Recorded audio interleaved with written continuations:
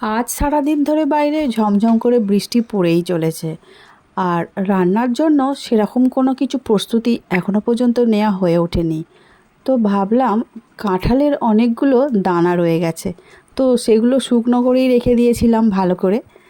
আর এইভাবে ভর্তা বানিয়ে বা কাঁঠালের দানার বাটা বানিয়ে ভাতের সঙ্গে যদি খাওয়া যায় দারুণ লাগে।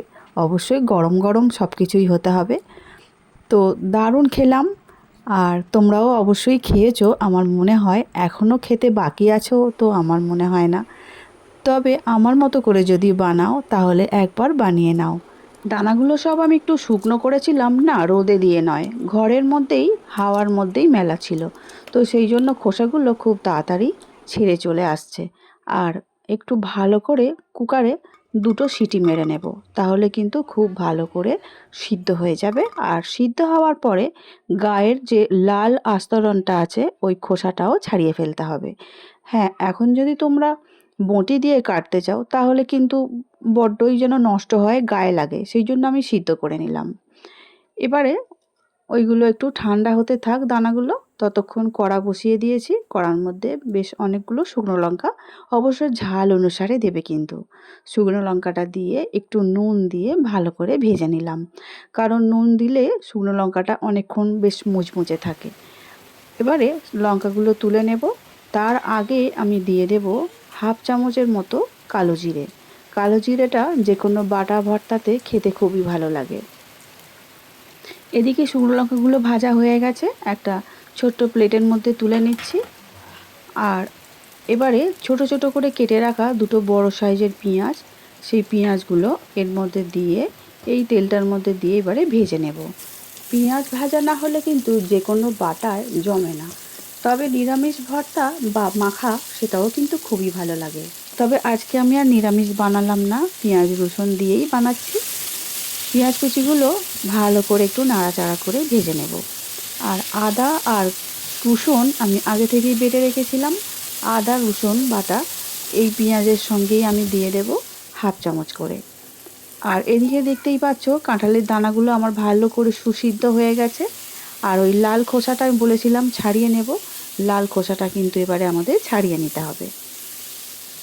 এদিকে পেঁয়াজগুলো কিন্তু সুন্দর করে প্রায় ভাজা হয়ে এসেছে।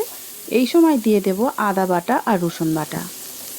রসুন বাটা দিলাম 1 চামচ আর আদা বাটাও দিলাম 1 চামচ। এখানে আদা আর রসুন বাটা সম পরিমাণে দিয়েছি, কারণ ভর্তায় একটু রসুন বাটাটা বেশি দিলে খেতে ভালোই লাগে। তোমরা চাইলে কিন্তু রসুনের পরিমাণটা আর একটু বাড়িয়েও নিতে পারো। এবারে দিয়ে দিলাম পরিমাণ অনুযায়ী নুন। নুন দেবার পরে খুব ভালো করে আদা রসুন পেঁয়াজ একসঙ্গে ভেজে নিতে হবে। এই মুহূর্তে যে সকল বন্ধুরা ইউটিউব থেকে আমার ভিডিও দেখছো, যদি ভালো লেগে থাকে লাইক শেয়ার সাবস্ক্রাইব করে আমার চ্যানেলটির পাশে থেকে যাওয়ার অনুরোধ রইল। পাশে থাকা বেলটা অবশ্যই প্রেস করে দিও, তাতে যখনই কোনো নতুন রান্না ছাড়বো সবার আগে তোমাদের কাছেই পৌঁছে যাবে। আর ফেসবুক পেজ থেকে দেখছো বন্ধুরা, প্লিজ পেজটিকে ফলো করে দিও। এবারে সিদ্ধ করে রাখা কাঁঠালের দানার যে গায়ের লাল আস্তরণগুলো ছিল, খোসা মানে, সেটা একটু ভালো করে ছাড়িয়ে নিতে হবে। আর খুব ভালো করে ছাড়িয়েও নিয়েছি প্রত্যেকটা।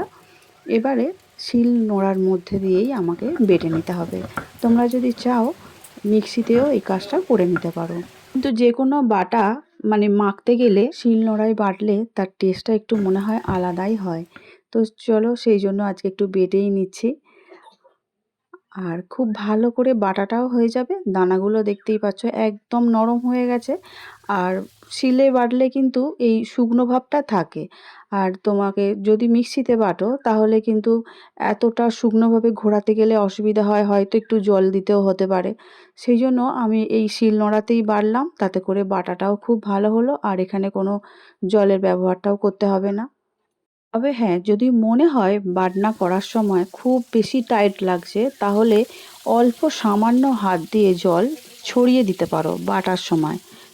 শুকনো লঙ্কাগুলো ভালো করে হাত দিয়ে ভেঙে নিলাম, নিয়ে আদা রসুন পেঁয়াজের মধ্যে দিয়ে দিয়েছি। এবারে যে বেটে রেখেছিলাম কাঁঠালের দানা তা সম্পূর্ণই দিয়ে দিচ্ছি। তোমরা এবারে যদি মনে করো আর একবার গ্যাসের মধ্যে বসিয়ে ভালো করে একটু ভাজা ভাজা মতো করে নেবে তাহলে করে নিতেই পারো, কিন্তু আমি এখানে আর আলাদাভাবে কিছু করলাম না। যেহেতু পেঁয়াজ আদা রসুন কালো জিরে শুকনো লঙ্কা দিয়ে ভালো করে ভাজা আছে, সেই জন্য আমি এখানে আর আলাদা করে কাঁঠালের দানা বাটাটা মানে ভাজলাম না, মানে কষে নিলাম না।